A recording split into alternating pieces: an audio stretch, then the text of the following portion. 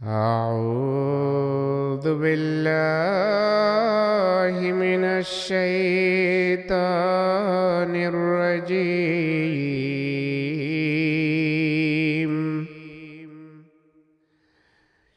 بسم الله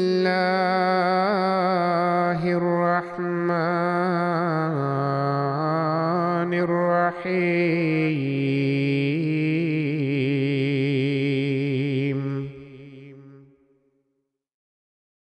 وإذ بوأنا لإبراهيم مكان البيت ألا تشرك بي شيئا وطهر بيتي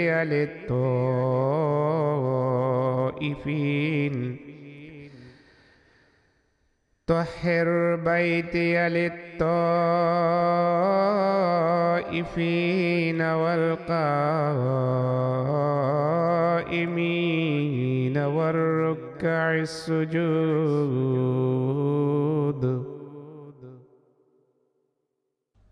আর স্মরণ করো, আমরা যখন ইব্রাহিমের জন্য কাবাগৃহের স্থান নির্ধারণ করেছিলাম এবং বলেছিলাম, আমার সাথে অন্য কিছুকে শরিক করো না এবং আমার গৃহকে তাদের জন্য পবিত্র পরিচ্ছন্ন রাখো, যারা এর তাওয়াফ করবে, নামাজে দাঁড়াবে এবং রুকু করবে ও সিজদা করবে।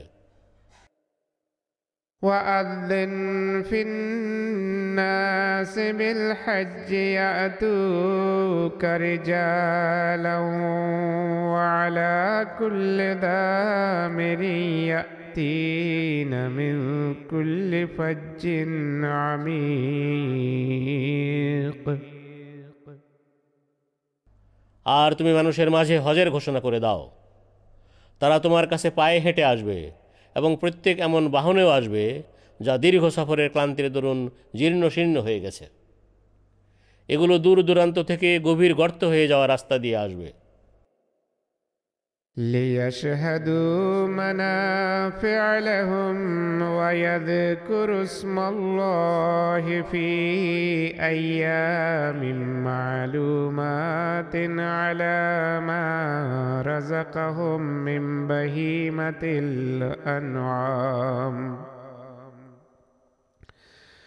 فكلوا منها وأطعموا البائس الفقير.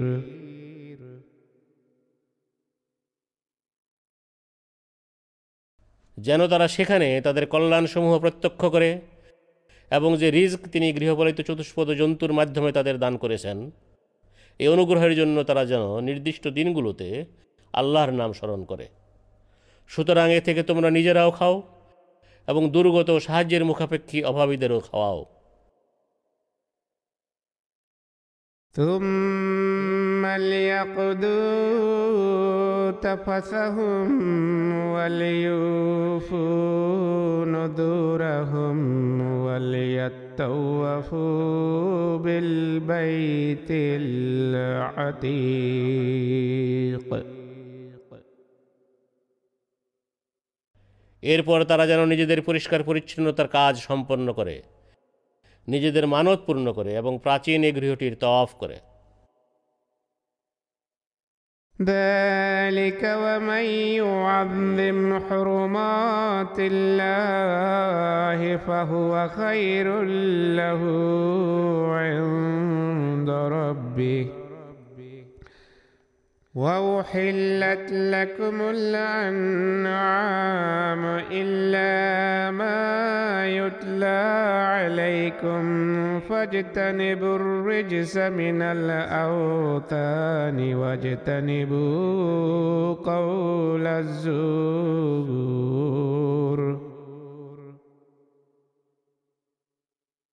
এটাই আল্লাহর আদেশ। আর যেই সেই সব বস্তুর সম্মান করবে যেগুলোকে আল্লাহ মর্যাদা দান করেছেন, সেক্ষেত্রে তা হবে তার জন্য তার প্রভু প্রতিপালকের দৃষ্টিতে উত্তম। আর তোমাদের জন্য সকল গবাদি পশু হালাল করা হয়েছে, কেবল তা বাদে যা তোমাদের জন্য কোরআনে হারাম বলে বর্ণিত হয়েছে। অতএব তোমরা প্রতিমাসমূহের অপবিত্রতা এড়িয়ে চলো এবং মিথ্যা কথা বলা পরিহার করো। حنفاء لله غير مشركين به ومن يشرك بالله فكأنما خر من السماء فتخطفه الطير أو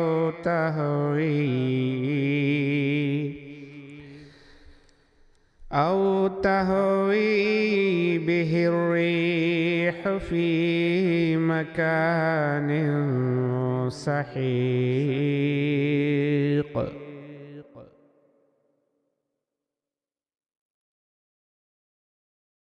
আল্লাহর প্রতি সদা বিনত থেকে তার শরীক সাব্যস্ত না করে, আর যেই আল্লাহর শরীক সাব্যস্ত করবে সে যেন আকাশ থেকে পড়ে গেল। সেক্ষেত্রে হয়তো পাখি তাকে ছোঁ মেরে নিয়ে যাবে বা বাতাস তাকে দূরের কোনো জায়গায় ছুঁড়ে ফেলবে।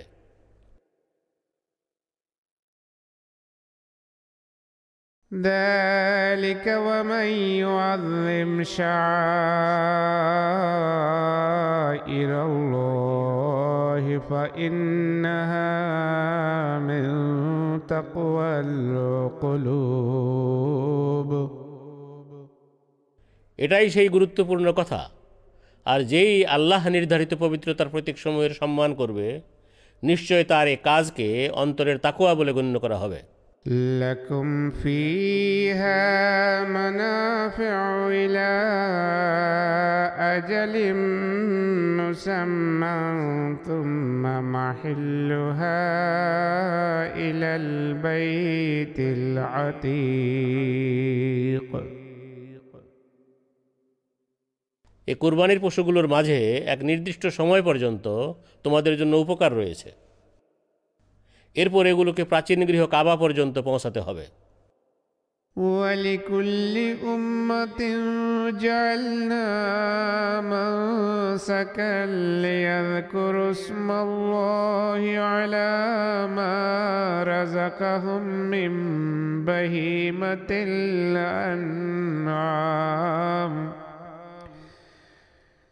فإلهكم إله واحد فله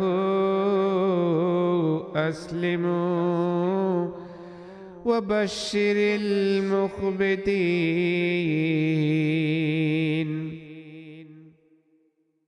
আর আমরা প্রত্যেক জাতির জন্য কুরবানির একটি নিয়ম পদ্ধতি নির্ধারণ করে দিয়েছি, যেন তারা সেই সব গবাদি পশুর উপর আল্লাহর নাম নেয় যেগুলো তিনি তাদের দান করেছেন। অতএব তোমাদের উপাস্য একজনই, সুতরাং তোমরা তাঁরই কাছে আত্মসমর্পণ করো। আর তুমি সুসংবাদ দাও বিনয় অবলম্বনকারীদের। الذين إذا ذكر الله وجلت قلوبهم والصابرين على ما أصابهم والمقيم الصلاة ومما رزقناهم ينفقون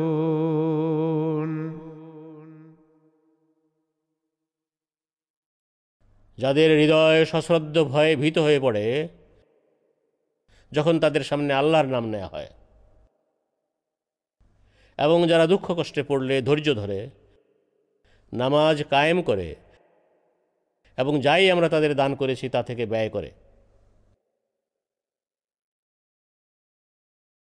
والبدن جعلناها لكم من شعائر الله لكم فيها خير فاذكروا اسم الله عليها صواف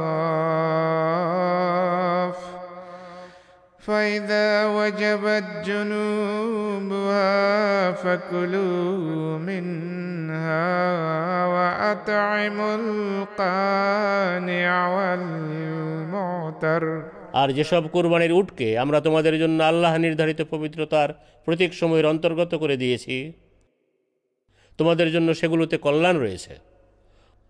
অতএব সারিতে দাঁড় করিয়ে সেগুলোর উপর আল্লাহর নাম নাও। আর জবাই করার পর সেগুলো যখন মাটিতে ঢলে পড়ে তখন তা থেকে খাও, স্বল্পতুষ্ট অভাবীদেরও খাওয়াও এবং সাহায্য প্রার্থীদেরও খাওয়াও। كذلك سخرناها لكم لعلكم تشكرون।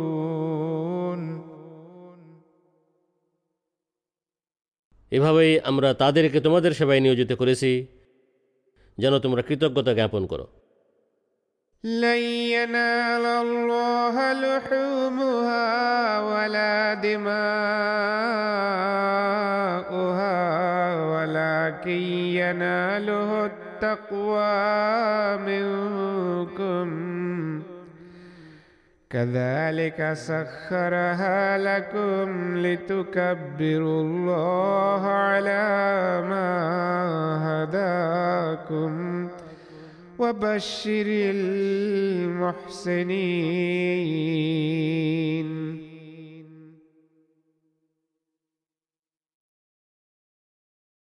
এগুলোর মাংস ও এগুলোর রক্ত কখনো আল্লাহর কাছে পৌঁছে না, বরং তার কাছে তোমাদের তাকওয়া পৌঁছে। এভাবেই তিনি এগুলোকে তোমাদের সেবায় নিয়োজিত করে দিয়েছেন যেন তোমরা আল্লাহর শ্রেষ্ঠত্ব ঘোষণা করো, কারণ তিনি তোমাদের হেদায়েত দান করেছেন, আর তুমি সৎকর্মপরায়ণদের সুসংবাদ দাও।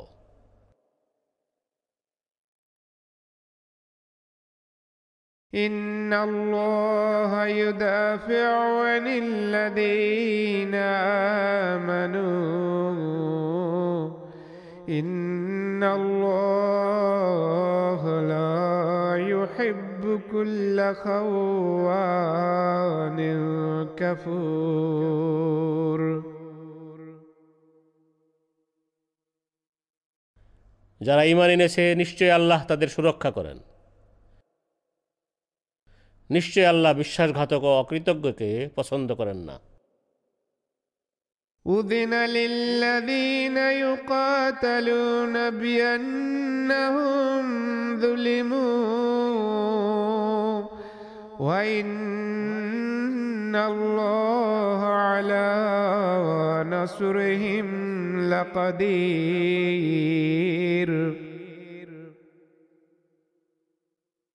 যাদের বিরুদ্ধে বিনা কারণে যুদ্ধ করা হচ্ছে তাদের যুদ্ধ করার অনুমতি দেয়া হলো, কেননা তাদের প্রতি জুলুম করা হয়েছে। আর নিশ্চয়ই আল্লাহ তাদের সাহায্য করতে পূর্ণ ক্ষমতাবান। الذين أخرجوا من ديارهم بغير حق إلا أن يقولوا ربنا الله ولولا دفع الله الناس بعدهم ببعد لهدمت صوامع وبيع وصلوات ومساجد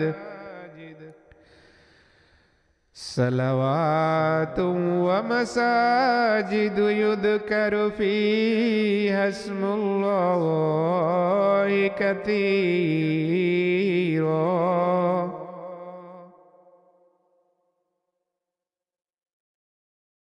অর্থাৎ সেই সব লোক যাদেরকে নিজেদের ঘরবাড়ি থেকে অন্যায়ভাবে শুধু এ কারণে বের করে দেয়া হয়েছে যে তারা বলে আল্লাহ আমাদের প্রভু প্রতিপালক। আল্লাহর পক্ষ থেকে যদি মানুষের এক দলকে আরেক দল দিয়ে প্রতিহত না করা হতো তাহলে সাধু সন্ন্যাসীদের মঠ, গির্জা, ইহুদিদের উপাসনালয় ধ্বংস করে দেয়া হতো, যেখানে আল্লাহর নাম অধিক স্মরণ করা হয়। وَلَيَنْصُرَنَّ اللَّهَ مَنْ يَنْصُرُهُ إِنَّ اللَّهَ لَقَوِيٌّ عَزِيزٌ।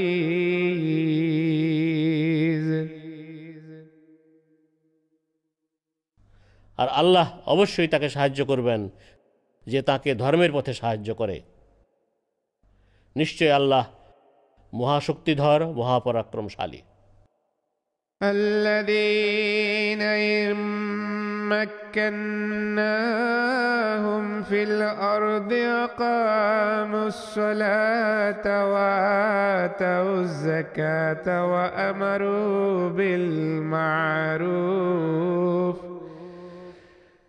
أمروا بالمعروف ونهوا عن المنكر ولله عاقبة الأمور।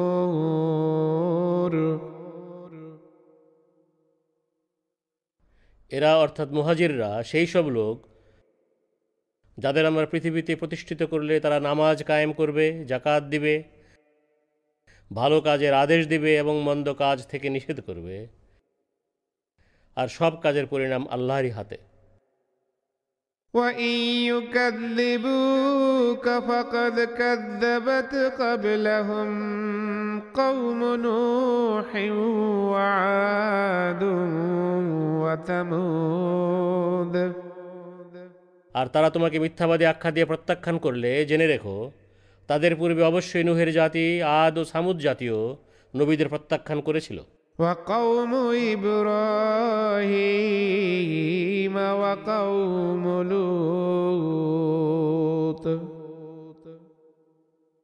আর ইব্রাহিমের জাতি এবং লুতের জাতীয়।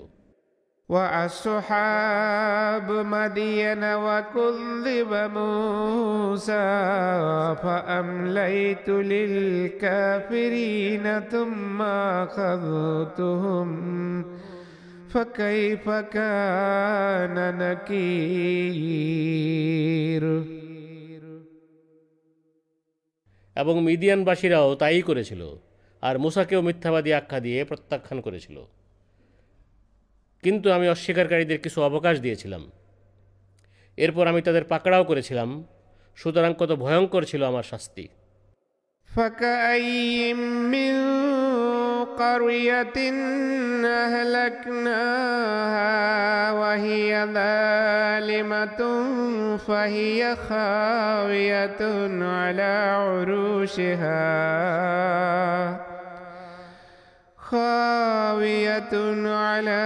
عروشها وبئر معطلة وقصر مشيد।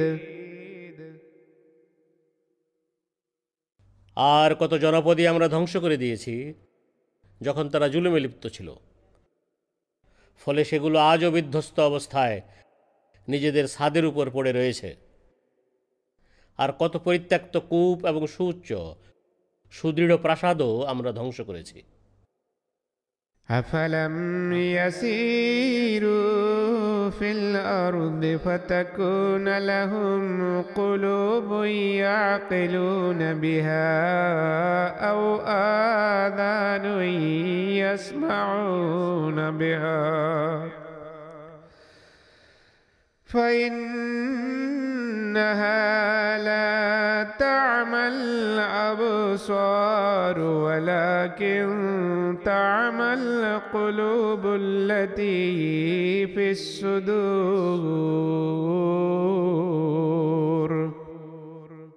অতএব তারা কি পৃথিবীতে ঘুরে ফিরে দেখে না?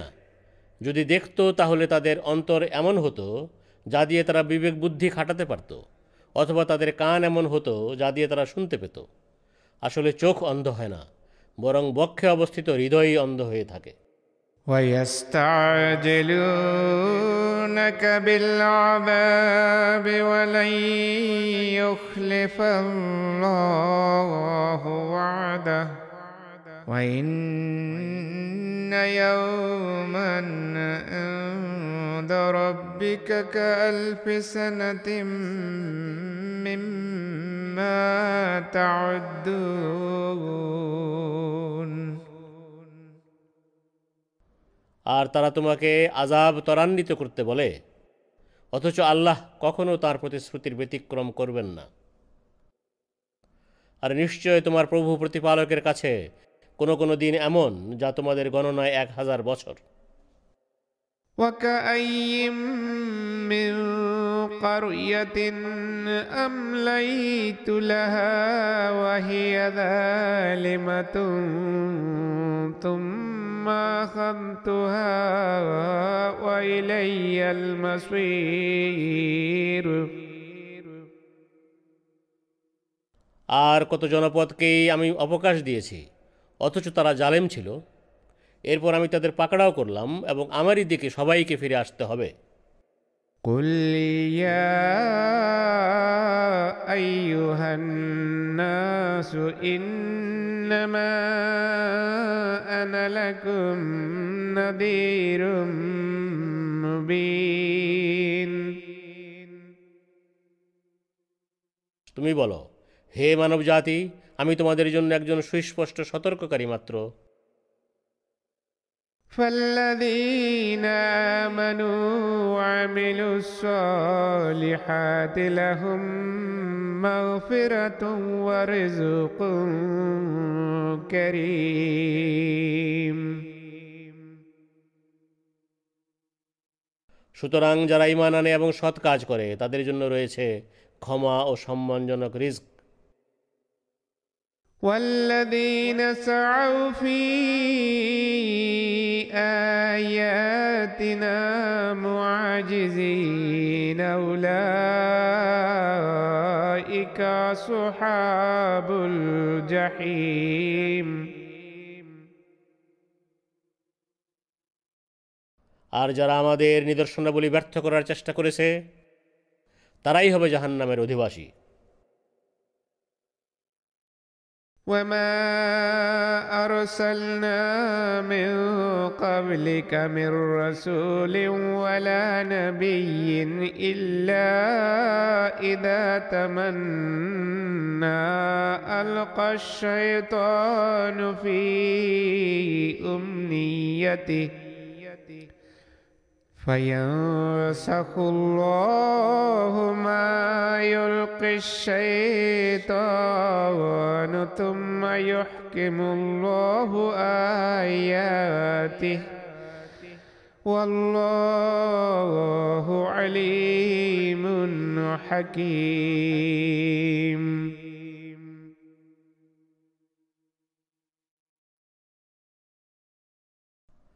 আর আমরা তোমার পূর্বে যখনই কোনো রসুল ও নবী পাঠিয়েছি, সে যখনই কোনো কিছুর ইচ্ছা করেছে তখনই শয়তান তার ইচ্ছার পথে বাধা সৃষ্টি করেছে, কিন্তু শয়তানের সৃষ্ট বাধা আল্লাহ দূর করে দেন। এরপর তিনি দৃঢ়ভাবে তার নিদর্শনাবলী প্রতিষ্ঠিত করে দেন, আর আল্লাহ সর্বজ্ঞ পরম প্রজ্ঞাময়। ليجعل ما يلقي الشيطان فتنة للذين في قلوبهم مرض والقاسية قلوبهم وإن الظالمين لفي شقاق بعيد এর কারণ হলো তিনি যেন শয়তানের পক্ষ থেকে সৃষ্ট প্রতিবন্ধকতাকে সেই সব লোকের জন্য পরীক্ষার কারণ করেন যাদের অন্তরে ব্যাধি আছে এবং যাদের হৃদয় কঠোর হয়ে গেছে। আর নিশ্চয় জালেমরা চরম বিরুদ্ধাচরণে লিপ্ত রয়েছে। وليعلم الذين أوتوا العلم أنه الحق من ربك فيؤمنوا به فتخبت له قلوبهم وإن الله لهادي الذين آمنوا إلى صراط মুস্তাকিম।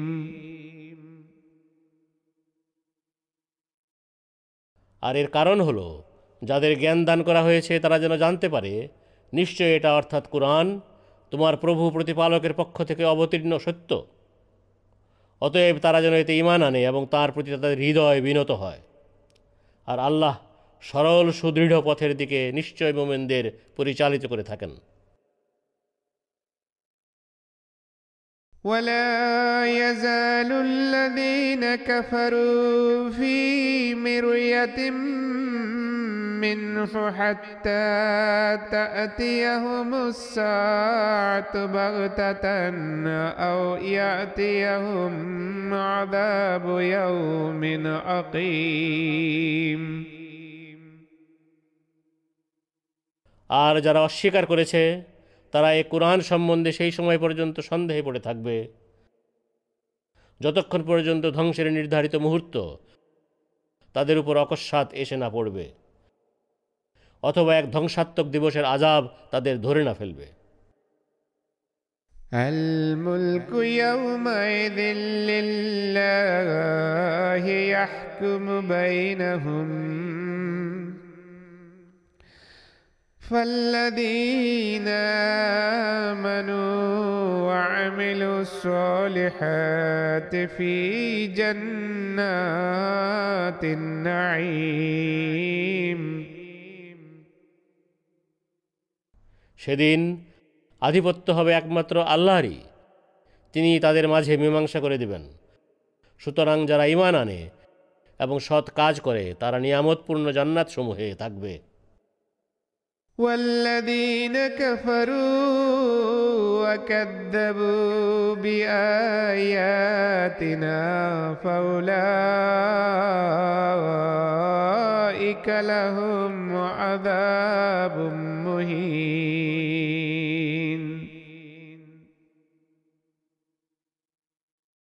আর যারা অস্বীকার করেছে এবং আমাদের আয়াতসমূহ প্রত্যাখ্যান করেছে তাদের জন্যই লাঞ্ছনাজনক আযাব নির্ধারিত রয়েছে।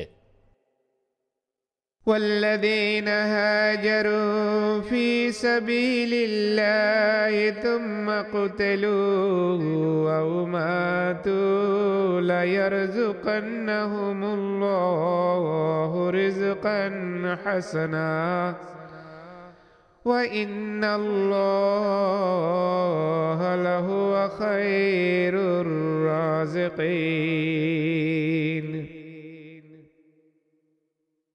আর যারা আল্লাহর পথে হিজরত করে এরপর তারা নিহত হয় অথবা স্বাভাবিকভাবে মারা যায় নিশ্চয় আল্লাহ তাদের উত্তম রিজিক দান করবেন আর রিজিক দাতাদের মাঝে নিশ্চয় আল্লাহই সর্বোত্তম। لا يدخلنهم مدخلا يرضونه وإن الله لعليم حليم।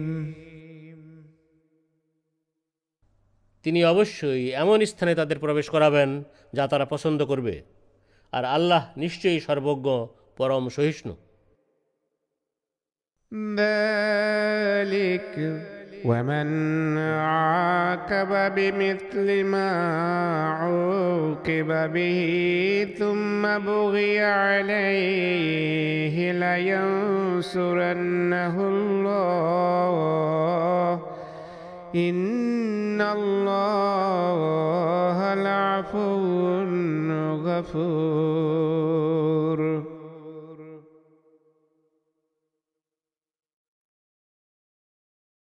আর যে ব্যক্তি সেই পরিমাণ প্রতিশোধ গ্রহণ করে যে পরিমাণ কষ্ট তাকে দেয়া হয়েছে এতদ সত্ত্বেও সে বিপক্ষ দ্বারা নির্যাতিত হলে নিশ্চয় আল্লাহ তাকে সাহায্য করবেন। নিশ্চয়ই আল্লাহ পরম মার্জনাকারী অতি ক্ষমাশীল। ذلك بأن الله يولج الليل في النهار ويولج النهار في الليل وأن الله سميع بصير।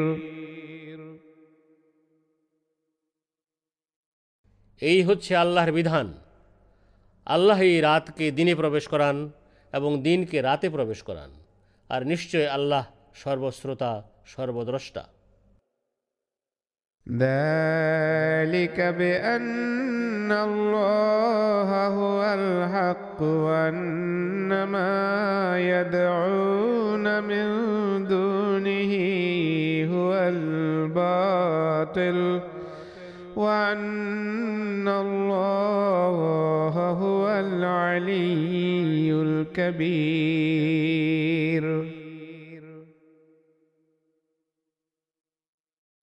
এটা এভাবেই হয়ে থাকে, কেননা আল্লাহই চিরসত্য এবং তাকে ছাড়া তারা যাকে ডাকে তা মিথ্যা। আর নিশ্চয় আল্লাহ অতি উচ্চ, অতি মহান।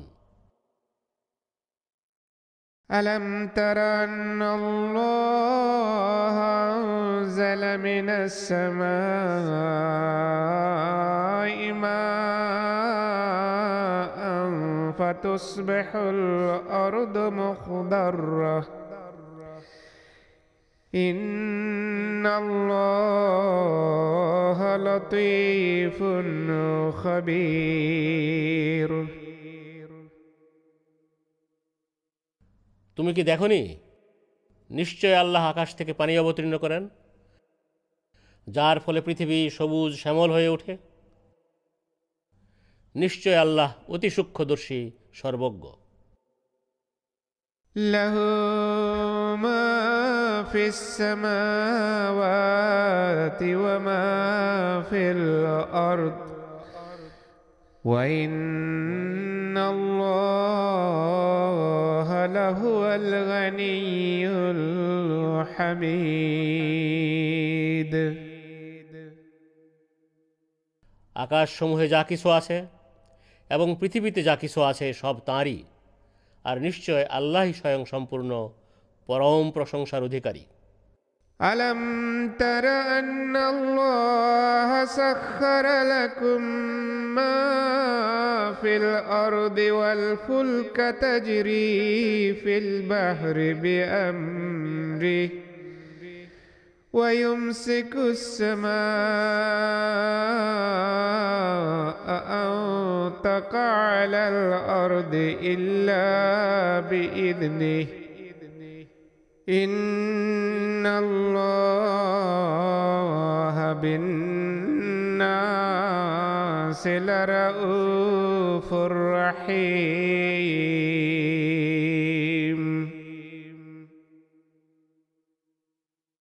তুমি কি দেখনি, পৃথিবীতে যা কিছু আছে সেগুলোকে এবং তাঁরই আদেশে সাগরে ভেসে বেড়ানো জলযানগুলোকে নিশ্চয় আল্লাহ তোমাদের সেবায় নিয়োজিত করেছেন।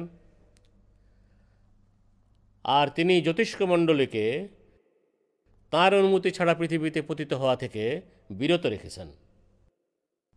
নিশ্চয় আল্লাহ মানুষের প্রতি অতি মমতাশীল, বারবার কৃপাকারী। وهو الذي يحياكم ثم يميتكم ثم يحييكم إن الإنسان لكفور।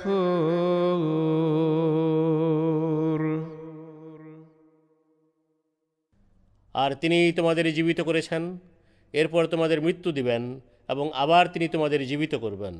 নিশ্চয় মানুষ বড়ই অকৃতজ্ঞ। لكل أمة جعلنا منسكا هم ناسكوه فلا ينازعنك في الأمر وادع إلى ربك إنك لعلى هدى مستقيم। আমরা প্রত্যেক উম্মতের জন্য কুরবানির নিয়ম পদ্ধতি নির্ধারণ করেছি, তারা সে অনুযায়ী কুরবানি করে থাকে। সুতরাং তারা যেন তোমার সাথে এ বিষয়ে কোনো তর্ক বিতর্ক না করে। তুমি তোমার প্রভু প্রতিপালকের দিকে ডাকো, নিশ্চয় তুমি হেদায়েতের সরল সুদৃঢ় পথেই রয়েছ। وإن جادلوك فقل الله أعلم بما تعملون।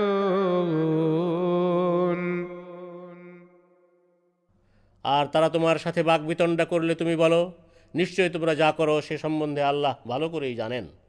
الله يحكم بينكم يوم القيامة فيما كنتم فيه تختلفون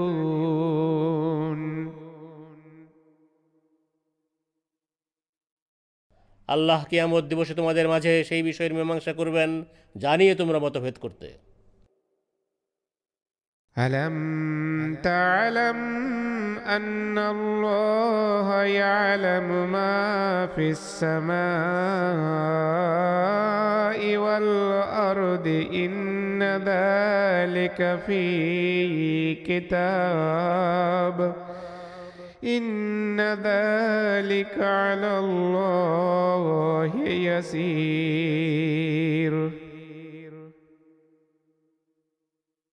তুমি কি জানো না আকাশে ও পৃথিবীতে যা কিছু আছে নিশ্চয়ই আল্লাহ তা জানেন।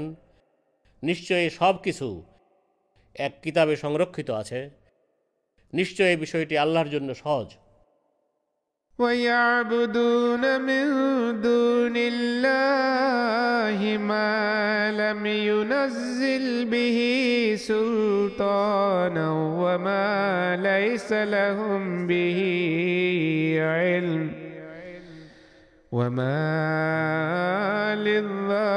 للظالمين من نصير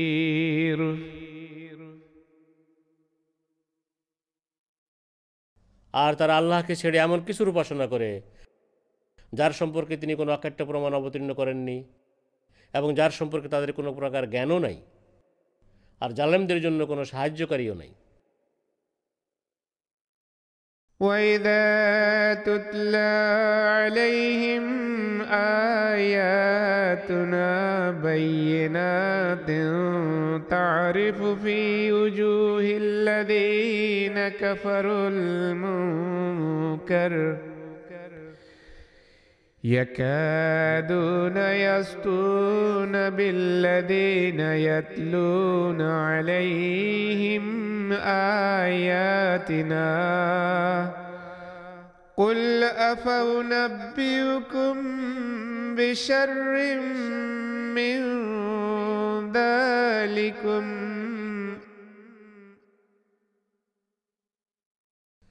আর তাদের সামনে যখন আমাদের সুস্পষ্ট আয়াতসমূহ পড়ে শোনানো হয়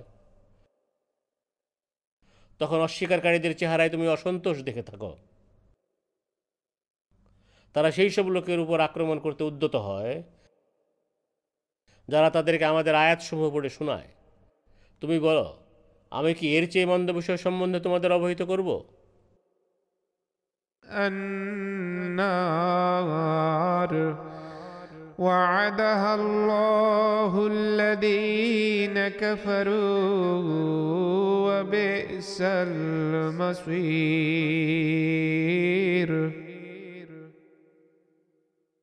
তা হলো আগুন, যারা অস্বীকার করেছে আল্লাহ তাদের সাথে এর প্রতিশ্রুতি দিয়েছেন, আর এটা অতি মন্দ ঠাঁই। يا أيها الناس ضرب مثل فاستمعوا له إن الذين تدعون من دون الله لن يخلقوا ذبابا ولو اجتمعوا له হে মানব জাতি, একটি গুরুত্বপূর্ণ দৃষ্টান্ত বর্ণনা করা হচ্ছে, অতএব তোমরা তা মনোযোগ দিয়ে শোনো। নিশ্চয় তোমরা আল্লাহকে ছেড়ে যাদের ডাকছ তারা কখনো একটি মাছিও সৃষ্টি করতে পারবে না, যদিও তারা সবাই এ উদ্দেশ্যে একত্রিত হয়। وَإِن يَسْلُبْهُمُ الذُّبَابُ شَيْئًا لَّا يَسْتَنقِذُوهُ مِنْهُ ضَعْفَ الطَّالِبِ وَالْمَطْلُوبِ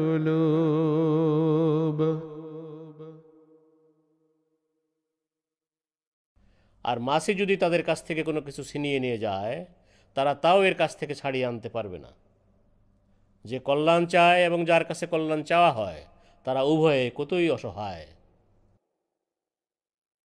ما قدر الله حق قدره إن الله لقوي عزيز।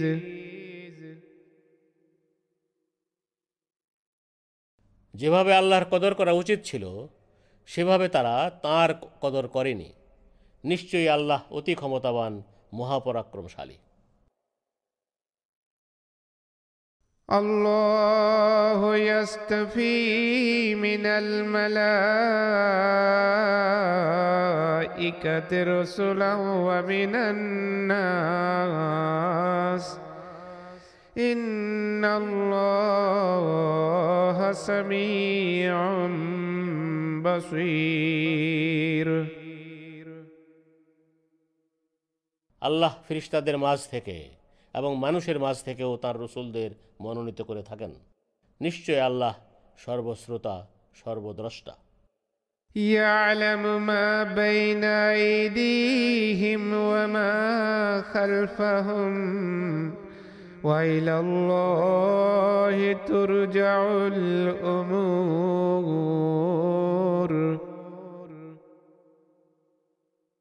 তাদের সামনে যা আছে এবং তাদের পেছনে যা আছে তা তিনি জানেন, আর আল্লাহর দিকেই সব বিষয় ফিরিয়ে নেওয়া হবে। يا أيها الذين آمنوا اركعوا واسجدوا واعبدوا ربكم وافعلوا الخير لعلكم تفلحون।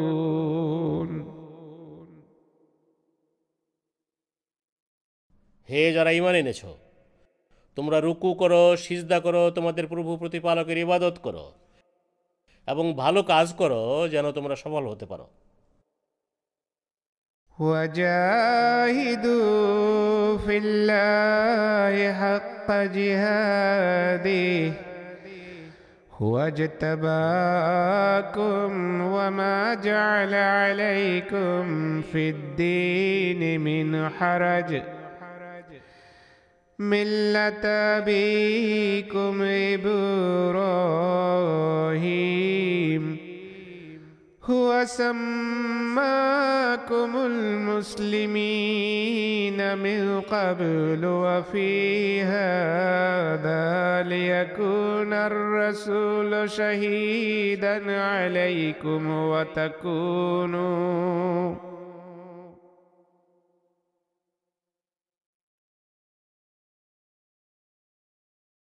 আর তোমরা আল্লাহর পথে জিহাদ করো যেভাবে তাঁর জন্য জিহাদ করা উচিত। তিনি তোমাদের মনোনীত করেছেন এবং ধর্মের ক্ষেত্রে তিনি তোমাদের উপর কোনো কঠোরতা চাপিয়ে দেননি। এটাই ছিল তোমাদের পিতা ইব্রাহিমের ধর্মাদর্শ। এর পূর্ব এবং এ কোরআনেও তিনি তোমাদের নাম রেখেছেন মুসলমান, যেন এ রসুল তোমাদের সবার উপর তত্ত্বাবধায়ক হয়ে যায়। وتكونوا شهداء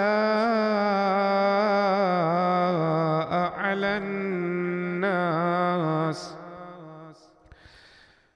فأقيموا الصلاة وآتوا الزكاة واعتصموا بالله هو مولاكم فنعم المولى ونعم النصير। এবং যেন তোমরা গোটা মানব জাতির উপর তত্ত্বাবধায়ক হয়ে যাও। অতএব তোমরা নামাজ কায়েম করো, জাকাত দাও এবং আল্লাহকে দৃঢ়ভাবে আঁকড়ে ধরো। তিনি তোমাদের প্রভু, অতএব তিনি কতই উত্তম প্রভু এবং কতই উত্তম সাহায্যকারী।